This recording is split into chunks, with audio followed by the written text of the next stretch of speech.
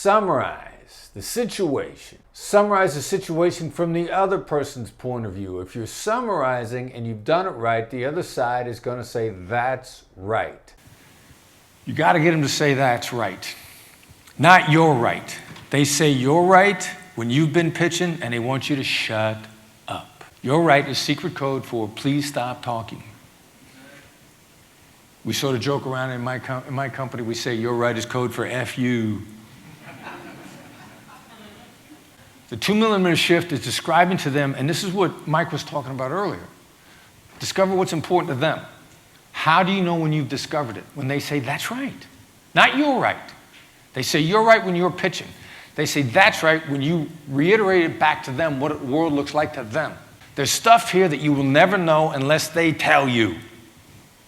And they will only tell you after they've said that's right, and they will then correct you and let you know what matters to them, which is a lot quicker way than laying out a 10-point value proposition when only 3 of those 10 matter.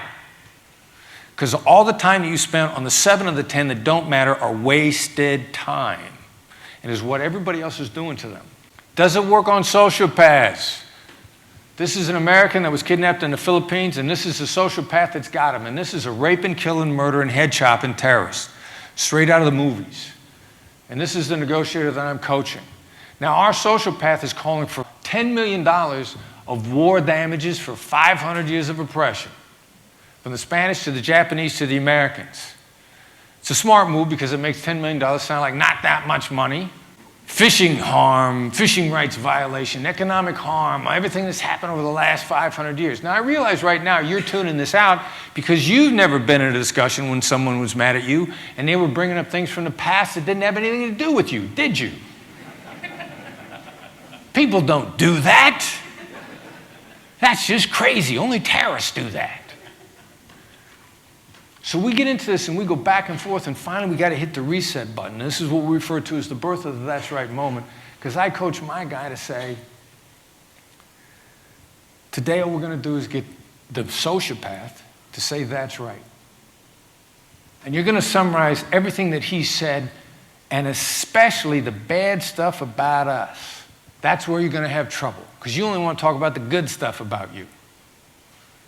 But from their perspective, the bad stuff about us, and lay it on thick, because in this stuff, this tactical application of empathy, this tactical application of FBI empathy, if you're not laying it on thick, you're not laying it on thick enough.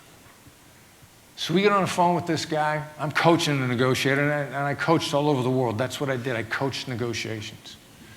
And my guy lays it all out. 500 years of oppression, Spanish to the Japanese to the Americans, atrocities under blackjack Pershing in the 1900s, violation of the fishing rights, economic harm, injustices, unfair. You're not Filipinos anyway, you're Moros.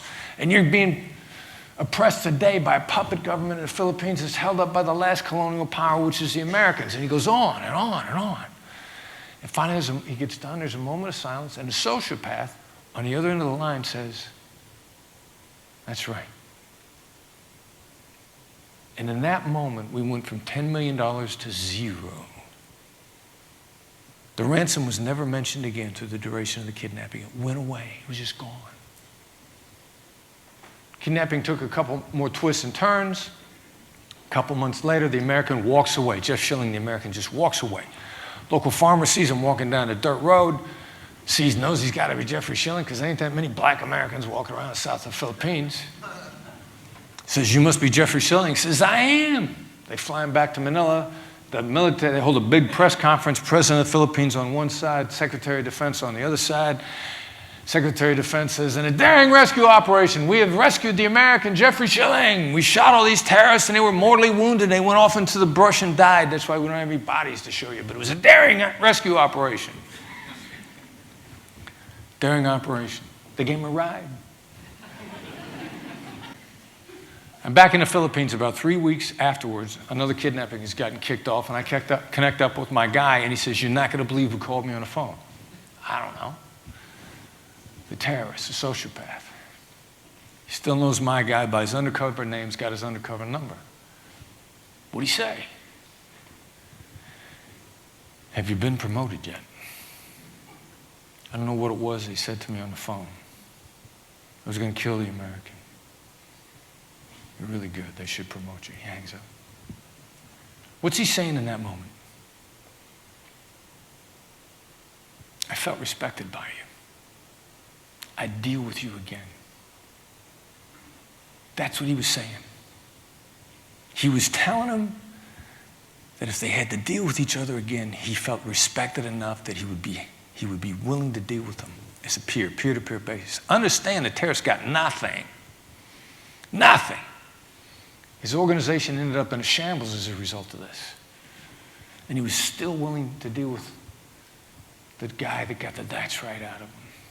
Everybody you deal with, regardless of the outcome, should feel that way when they get done interacting with you.